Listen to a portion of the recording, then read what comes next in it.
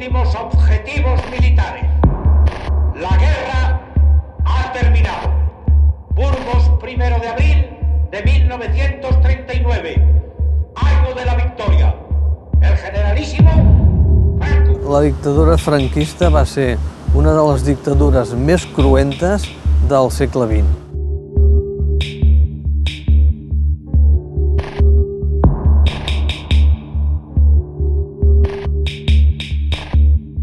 En definitiva, es va basar des del primer moment fins a la mort del dictador, fins a la mateixa mort del dictador, pràcticament un mes abans, amb la repressió.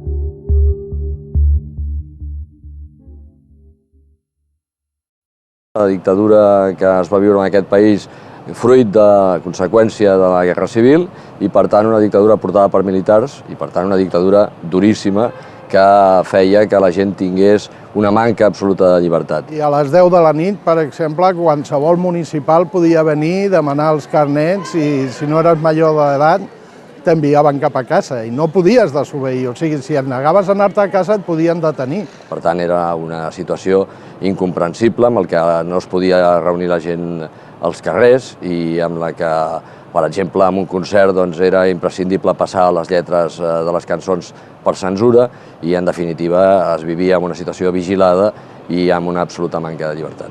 A nivell de la dona, per exemple, qualsevol dona no podia fer absolutament res sense el permís del marit.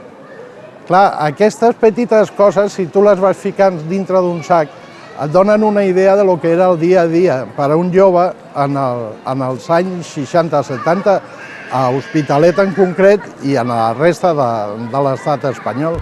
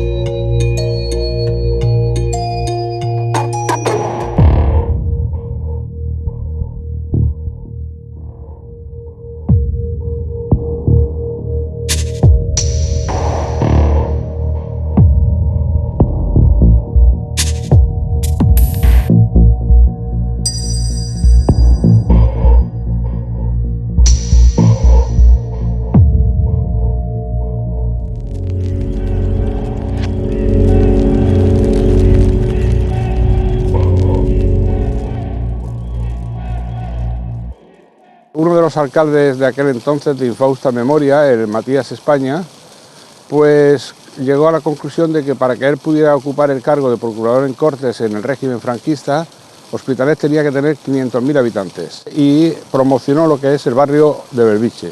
El barrio de San Josep, como otros muchos barrios de esta ciudad, fruto de la especulación salvaje de aquella época, pues nació de espalda al resto de barrios. Era un barrio dormitorio sin ningún tipo de equipamientos, faltaba absolutamente de todo, desde colegios hasta el propio ambulatorio que teníamos que asistir al de Can Serra. El barri de Collblanc-Torrassa era un barri sense cap mena de servei. Era un barri fruit de l'especulació d'uns anys terribles que va viure el nostre poble. Las inmobiliarias hacían los bloques y se iban y dejaban el barrio pues lleno, sin pavimentar, sin arreglar. Lo que cuando habíamos llegado al Vichy eran unos jardines cuidados, que eran una especie de propaganda de la inmobiliaria.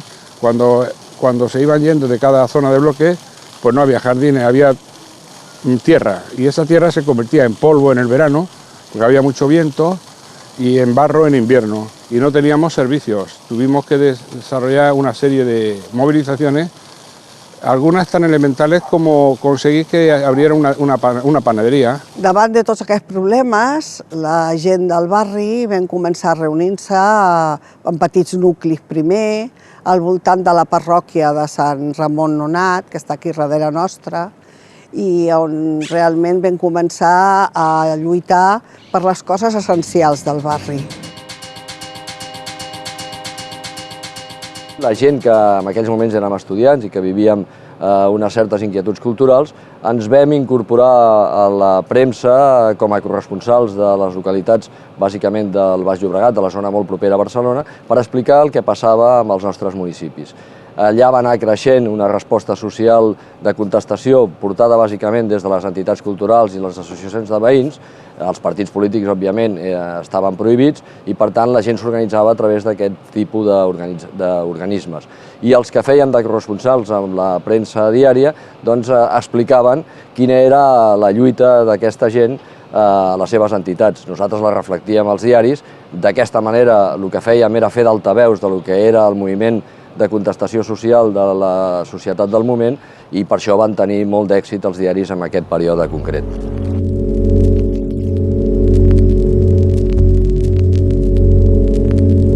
L'alcalde de la ciutat, a l'Espanya Muntades, va decidir que tenia que fer un pla especial del barri. I llavors ell el que volia era fer un gran centre comercial on realment encara fer més especulació. N'hi havia moltes vivendes afectades i amb aquest pla no estava contemplat res del que realment la gent necessités. Ni n'hi havia escoles, ni n'hi havia res de serveis per la ciutat i pels ciutadans. Molta gent es va unir per poder aturar aquest pla parcial. Això va portar que anéssim al contenciós administratiu de Barcelona i vam guanyar el judici, o sigui, la gent va guanyar el judici. I aquest parc que tenim és emblemàtic perquè va ser la primera lluita que vam aconseguir que el barri tingués el parc obert. I vam fer moltes manifestacions en aquest sentit pel barri per conscienciar la gent que volíem el parc. Això era una propietat privada que estava tancada a la gent i vam aconseguir que l'Ajuntament comprés la casa i vam aconseguir una nit que va fer molt d'aire i tot això estava tapat i l'aire va fer que caigués la palla. I llavors va ser la manera que la gent pogués tenir un parc per ells mateixos. I per això tenim aquest parc avui.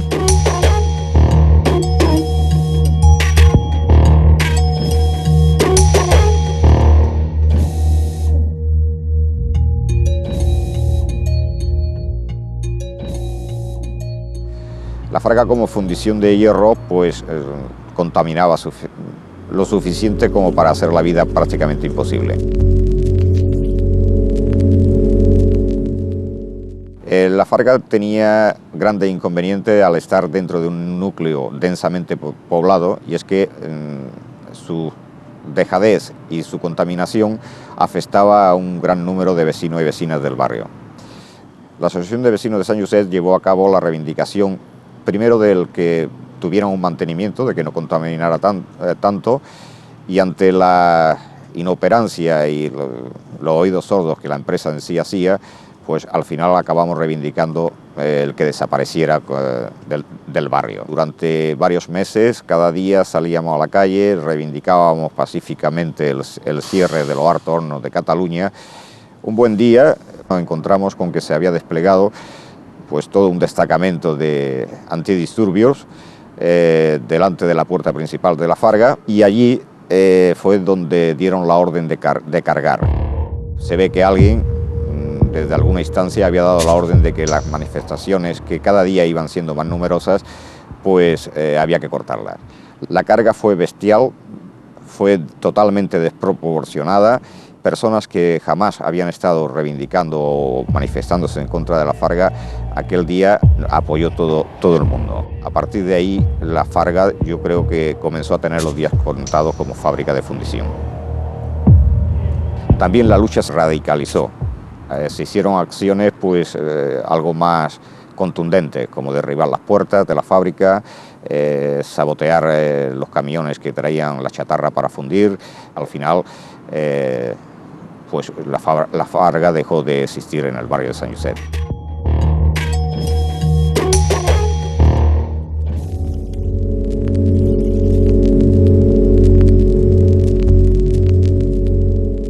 Sabíamos que en el barrio había habido un fraude enorme para legalizar la urbanización, porque se habían declarado los bloques con 7 pisos de altura. Incluso uno de los pisos intermedios había sido ofrecido como piso para servicios comunes, para lavandería, sala comunal, almacenes, etc. Y la inmobiliaria, cuando obtuvieron el permiso, con la connivencia de las autoridades de entonces, pues se saltaron eso a la torera e hicieron edificios de 12 plantas o torres de 17 plantas. Y en esta zona que estamos tenían previsto, creo que eran 11 torres y 17 bloques de viviendas. Cuando nos dimos cuenta de eso, empezamos a pensar que eso era una barbaridad, porque hubiéramos tenido densidades semejantes a la de Calcuta. Y un buen día por aquí, en el año, creo que fue en el año 74, no puedo precisar muy bien, aparecieron unas máquinas por la tarde-noche, era un viernes, y empezaron aquí, a mis espaldas empezaron a hacer los preparativos para hacer la obra.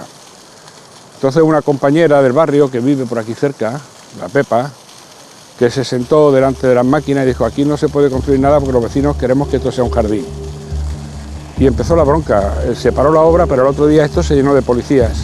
Cuando la Pepa hizo correr la voz, bajamos toda la gente de las asociaciones de vecinos, bajó todo el barrio, no hubo que hacer mucha movilización, la gente estaba muy sensibilizada.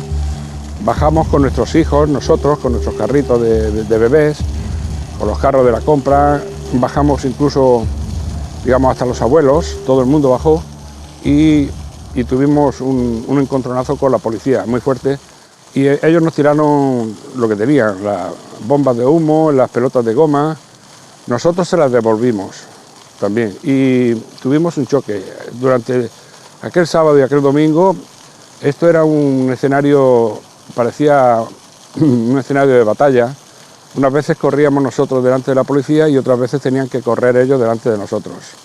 Lo que hacían algunos vecinos era sabotear esas máquinas para que no pudieran trabajar al otro día y retrasar al máximo las obras. Entonces, cada vez que una máquina se quedaba sin un accesorio fundamental, no podía funcionar y a lo mejor tardaba 3 días en traerle el accesorio para ponerla en marcha. Cuando eso lo hacían, le habían quitado otra pieza distinta. De manera que las máquinas de aquí se las tuvieron que llevar. Acabó que no se hicieron los bloques ni las torres ni nada de eso, porque ganamos, ahí ganamos. Fue la gran victoria del barrio de Belviche. Y eso se debió a la lucha de todos los vecinos y de todas las vecinas de Belviche.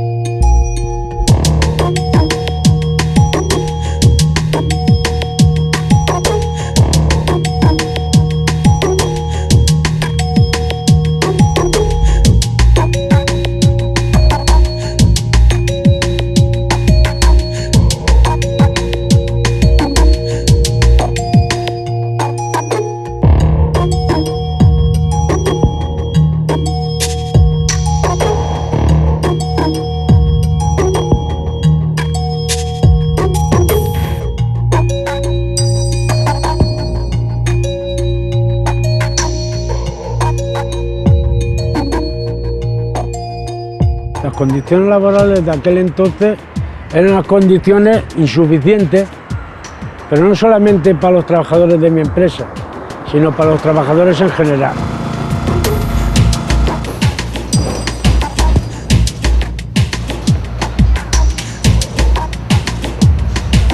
Aquí, per exemple, o sigui, hi va haver diversos accidents greus, un treballador que va morir aplastat per un muntacàrregues.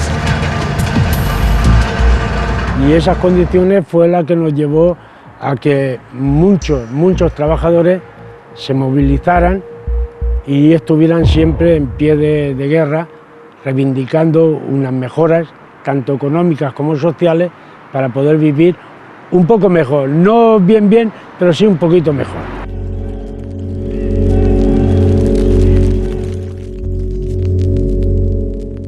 A l'època franquista hi havia un sindicat únic, que era un sindicat en el qual convivien empresaris i treballadors. És a dir, que donava fe de que els treballadors i els empresaris tenien els mateixos interessos, cosa que, com podeu comprendre, és impossible del tot, ¿no? El sindicato vertical era un cachondeo.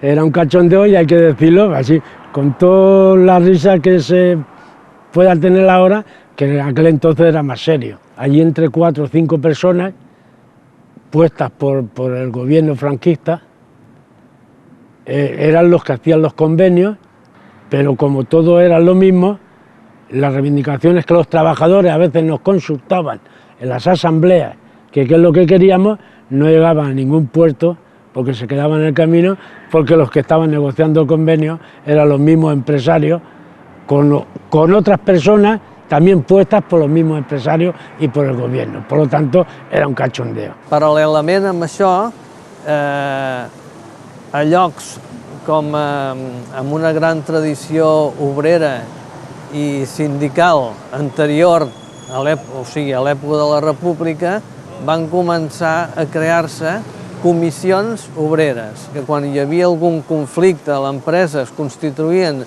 per fer d'enllaços entre la patronal i els obrers, i després, un cop acabat el conflicte o resolt el conflicte, es dissolien. Les comissions obreres va arribar un moment que van tindre tanta força que d'alguna manera el sindicat vertical ja no les podia controlar.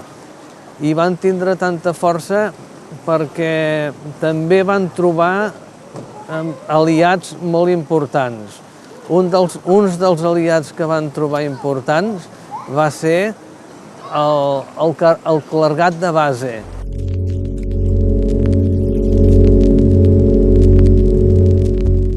Clar, jo sabia que no hi havia llibertat per reunir-se, i més quan es tractava de grups de treball que es formaven sindicats o el que fos, ja sabia, però jo crec que la gent, això, tenen dret a la llibertat. I per tant, jo mirava d'ajudar-los. Un grup que era molt petit, era un grup d'una, no em recordo de quina afiliació comunista era, que va venir l'alemany, que havia sigut un obrer que havia treballat molts anys a Alemanya. I aquest va venir un dia aquí al despatx i em va dir: mira, yo no te quiero engañar, yo formo parte de un grupo comunista, pero que no sabemos dónde reunirnos. Y por tanto, si nos permitieras que nos reuniéramos acá, jo li vaig donar la clau de l'Iglésia i té, com vulguis, vine. Va venir en Jaume Valls amb altres amics.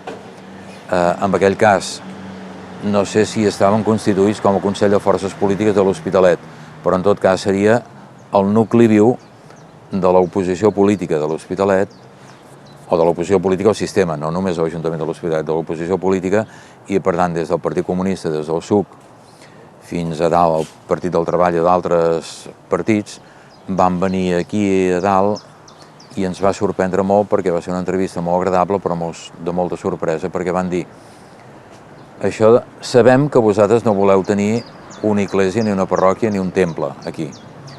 Ens està molt bé, això és programa vostre, etc. Però voldríem que sapiguéssiu que nosaltres això ho considerem un fet burgès perquè la classe obrera necessita locals. i com que estem amb el concordat del 1953 entre l'Estat i la Santa Seu, en aquest moment l'única entitat que pot donar locals a la classe obrera amb un mínim de preservació, de garantia, de que no hi hagi la policia, de que no siguin locals públics, és l'Església. I per tant us demanem que reflexioneu, que construïu una església perquè ens hi puguem reunir nosaltres. I això ens va descol·locar totalment perquè mai ens hauríem pogut pensar que ens diguessin que el fet de no poder tenir locals era un privilegi burgès, no? Vam dir que ens ho pensaríem, que ens veiéssim al cap de poc, i al cap de poc vam contestar, hem contestat que sí que faríem els locals, que estàvem d'acord amb la seva proposta, per tant que això ens feia canviar 180 graus el plantejament inicial, la proposta primera que fèiem, però amb el mateix sentit que dèiem que l'Església no ha de tenir locals per no tenir poder, vèiem també que l'Església pot ser que tingui, aprofitant el poder que ja té, locals per posar-los al servei del poble. Aquí, comissions obreres i també altres sindicats, però sobretot comissions, quan hi havia un conflicte no només a l'Hospitalet sinó al Baix Llobregat, tenien clau, entraven i després deixaven les coses en el seu lloc sense cap tipus de dificultat. Molta gent, el Jaume entre d'altres, havien sigut reprimits políticament i havien estat a la presó, i alguns dels que estaven aquí havien sigut reprimits políticament per la presó.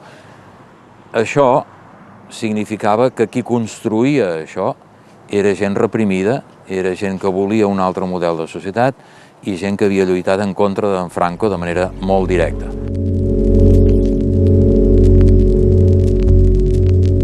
Entrar a la comissaria l'any 69 representava moltes coses.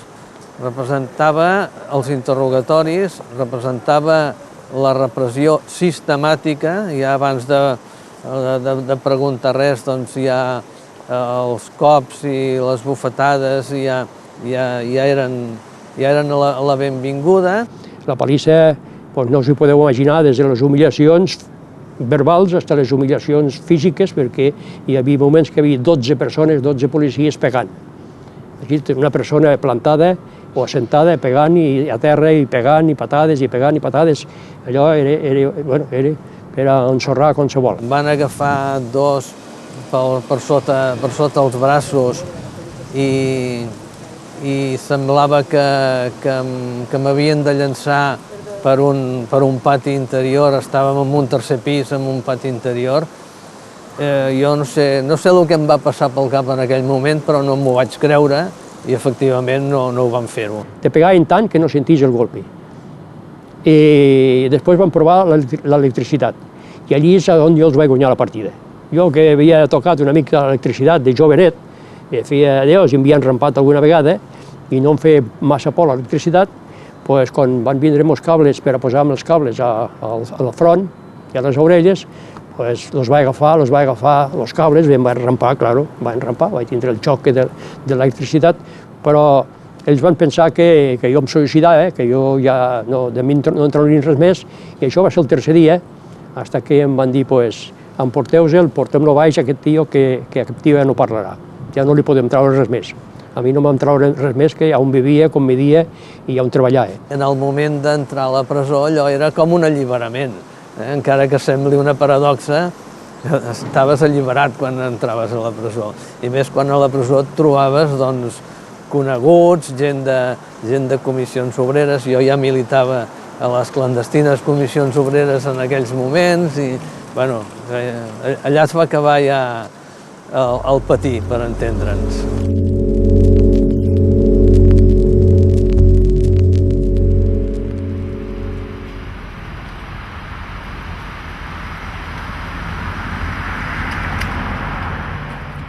Érem 3 companys aquí a Hospitalet que havíem estat participant en diferents puestos, en diferents obres, intentant millorar les condicions de vida.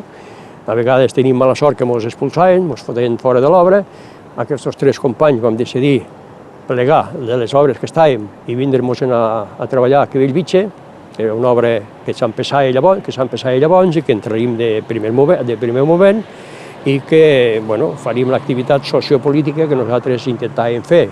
millorar les condicions de treball, no ens motiva a altra cosa. No fem ni la revolució ni fem cap cosa diferent. Jo diria, pues, millorar, fer assemblees, parlar dels problemes que tenim en aquesta empresa i millorar-los. No es van assustar, al contrari, me donaven suport, ho vaig trobar, dic, hòstia, pues, endavant, pues ara les assemblees, en vez de fer-les a peu de tajo, aquí dalt, a l'obra, les anem a fer el vestuari. Anem al vestuari i anirem sumant.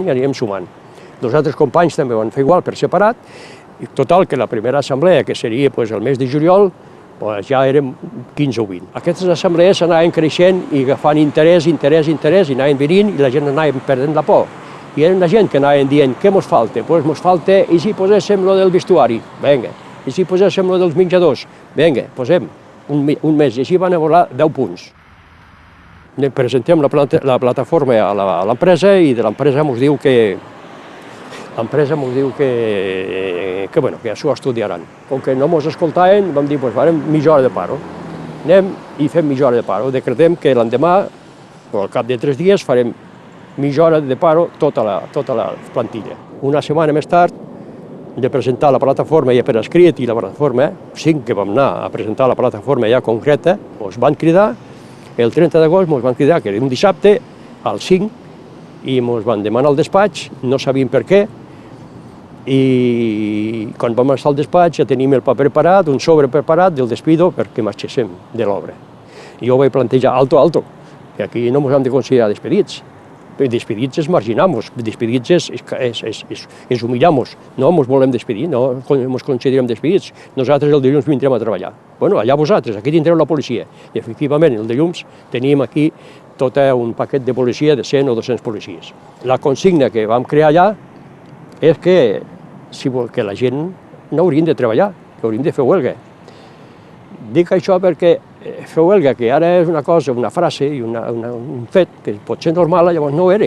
Ningú havia fet huelga, tothom estàvem acollonits. I veure la policia encara més. La primera condició que vam posar a l'oficina és la readmissió. Si no, la readmissió ja ho hem parlat, l'admissió ja podeu anar a treballar. Però ara a treballar, no volem huelga. Però bueno, ara treballarem, però a condició volem discutir els 10 punts. Bueno, doncs això ja ho farem a la tarda, però aneu a treballar. Bueno, doncs anem a treballar, però els 10 punts. Si no s'aproven els 10 punts, continuarem la huelga. A tot van dir que sí. Cosa estranya i cosa espectacular, a tot van dir que sí. Van veure una unitat tan forta que van dir, bueno. I això són coses petites però que daven una cultura, la cultura d'un sindicat que nosaltres proclamàvem sociopolític, un sindicat que també demanàvem la llibertat, la democràcia i un sindicat de classe.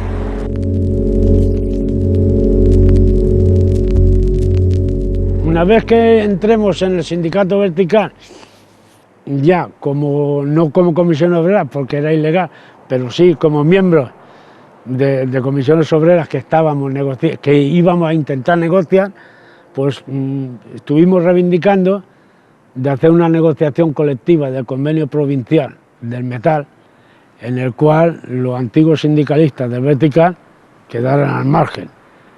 Y entonces negociáramos el convenio, no solamente la dirección del sindicato, sino a través de asambleas de trabajadores, y que fueran los trabajadores los que hicieran la plataforma reivindicativa con lo que teníamos que pedir. Claro, esto nunca se había visto. ¿Qué es lo que pasó?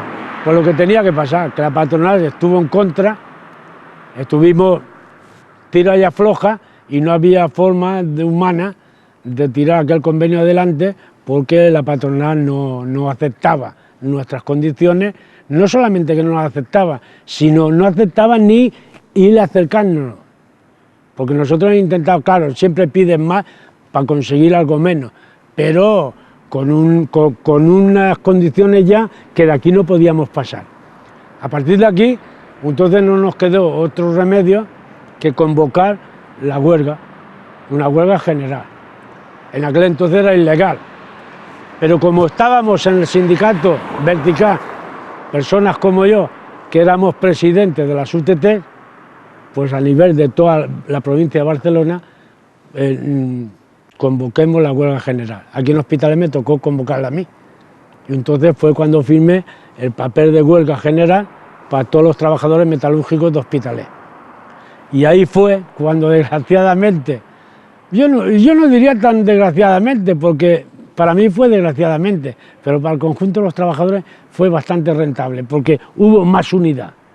Cuando una mañana salgo de aquí, por aquella puertecita pequeña, que tenía el coche aparcado aquí, y estaba el coche de la Guardia Civil ahí en esa acera, y veo que cruzan, yo me meto al coche, veo que cruzan, y me pone la metralleta aquí, preguntándome que quién era yo, cómo me llamaba, le dije quién era, dice, pues queda detenido. Aquella tarde hicieron una manifestación de unas 3000 y pico personas, erais, en la puerta del cuartel de la Guardia Civil, para que me soltaran, que eso no se había dado nunca. Bueno, pues hubieron la manifestación. Al día siguiente el juez me soltó. Era un juez, un tal Molina, que era muy progre. Y me llamó por la mañana, cuando yo me creía ya que me iban a llevar a la Modelo, digo, ahora ya de aquí ya no me escapo. Pues de aquí voy a la Modelo. Entonces no, entonces el juez dice, ¿usted se ratifica en todo lo que dijo ayer en el cuartel de la Guardia Civil? Digo, sí. Dice, pues se puede marchar, dice que ya se le llamará. Hasta la fecha no me se ha llamado, pero eso es lo que me dijo. A todo esto ya los trabajadores, las chicas y los chicos, digo las chicas porque la mayoría, ya estaban allí en la esquina y viendo la fábrica del metal que había por aquí. Eso cuando la huelga del metal, en otra huelga igual, pero viendo que los trabajadores de Tensa salían y estaban allí en la esquina aquella, ya salía todo el mundo sin nada hacer piquete. Es decir, fue una huelga que yo creo que en vez de separar más a los trabajadores, lo que hizo una unidad muy fuerte para en convenios sucesivos que vinieron se sacaran buenas reivindicaciones.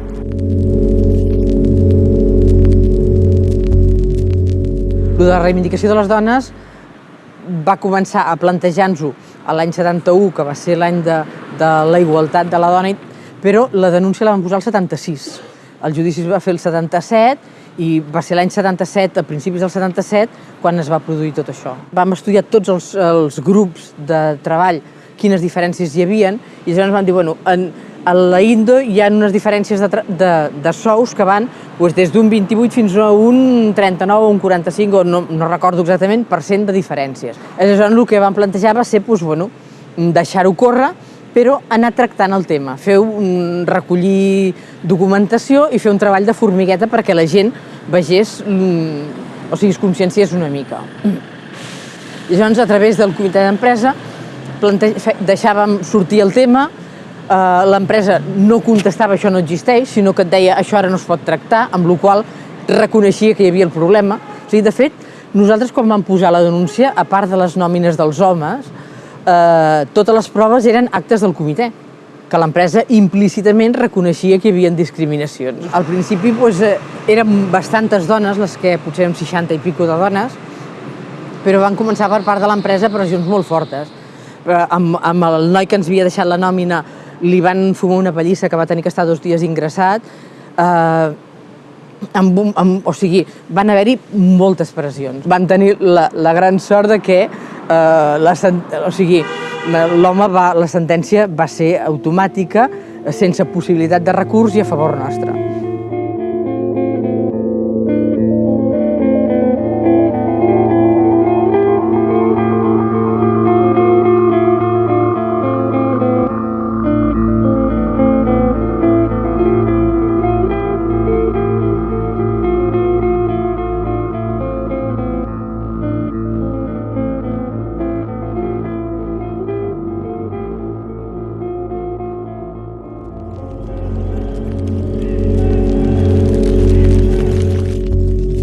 A mesura que avançava el franquisme, avançava també l'oposició al franquisme. És a dir, a partir de finals dels 60 i principis dels 70, l'oposició al franquisme era una oposició creixent. Era un ampli ventall de forces polítiques, socials, sindicals, clandestines, per descomptat, que cada cop tenien més força d'intervenció dintre de la societat, pràcticament en tots els seus àmbits.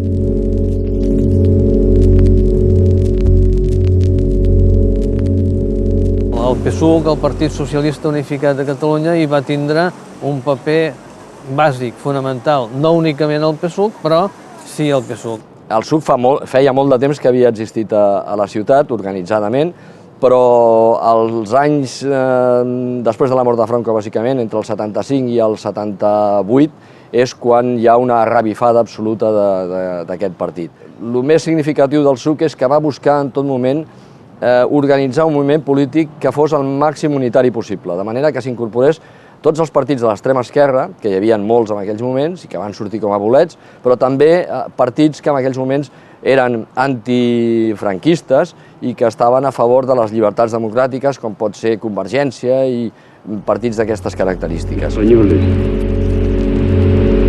Franco ha mort. Jo l'agonia d'aquest home doncs, la vaig viure pensant que no es moria.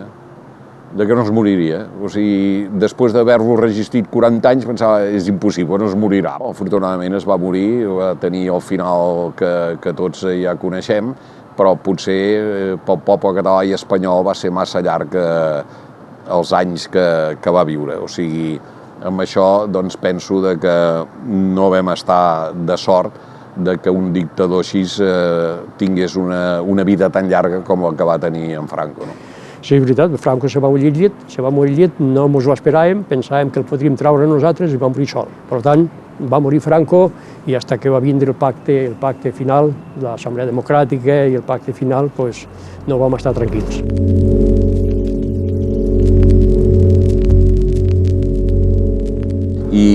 I bé, llavors doncs, van venir les primeres eleccions, el 15 de juny del 77, després les eleccions municipals l'any 79, en el qual doncs, vam entrar en aquell moment carregats d'il·lusió i de ganes de fer coses, i tots érem uns, o sigui, es va fer el que es va dir el pacte de progrés, que érem doncs, les forces veritablement democràtiques, l'única que va quedar marginada va ser la UCD.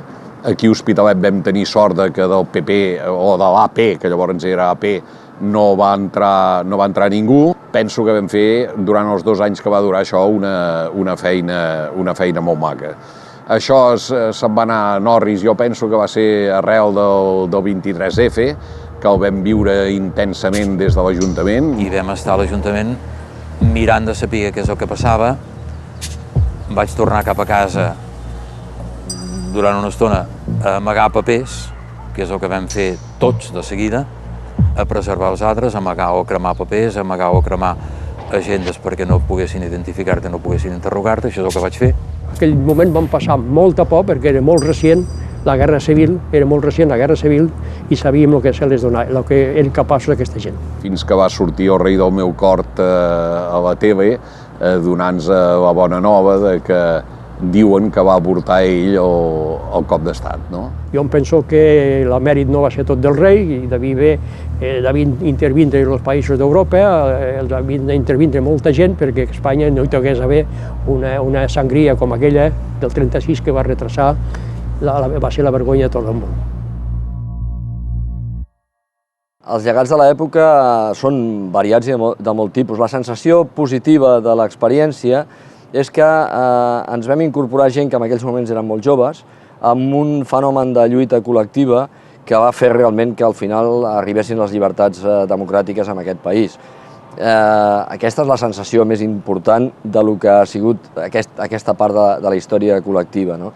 Com a aspectes negatius, doncs que jo penso que tot aquell esperit que hi havia unitari en aquells moments es va anar diluint amb el temps, amb l'aparició a l'escena pública dels partits polítics, i que el que hagués pogut ser una forma diferent de consolidar una transició democràtica al país no va ser possible, i per tant es va frustrar aquella perspectiva que teníem de ruptura, de trencar amb el que havia estat la dictadura franquista. El que es va poder arribar va ser a una ruptura pactada que ha portat servituds posteriors, algunes d'elles molt importants, que jo penso que han sigut després la conseqüència de que les coses no hagin anat tan bé com es preveia. Un d'aquests elements ha estat justament el de la manca de mobilització popular, que durant aquell període de temps va ser molt important, molt intensa i que va forçar moltes circumstàncies, i que després això, amb l'aparició dels partits polítics i sobretot amb l'ocupació del poder institucional per part d'aquests partits polítics, es va perdre absolutament aquesta capacitat de mobilització.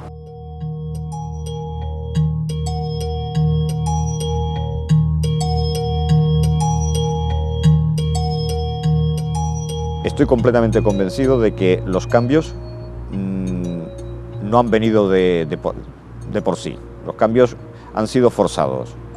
De alguna forma han sido forzados por esa participación, por los propios vecinos, por la necesidad y porque se han ido dando alternativas. De no haber sido así, hombre, algún cambio se hubiera producido, pero no precisamente en beneficio del vecindario en sí. Nadie regala nada. Y eso es algo que hemos aprendido a lo largo del tiempo. Por tanto, si algo nos interesa, hemos de luchar por que se lleve a cabo.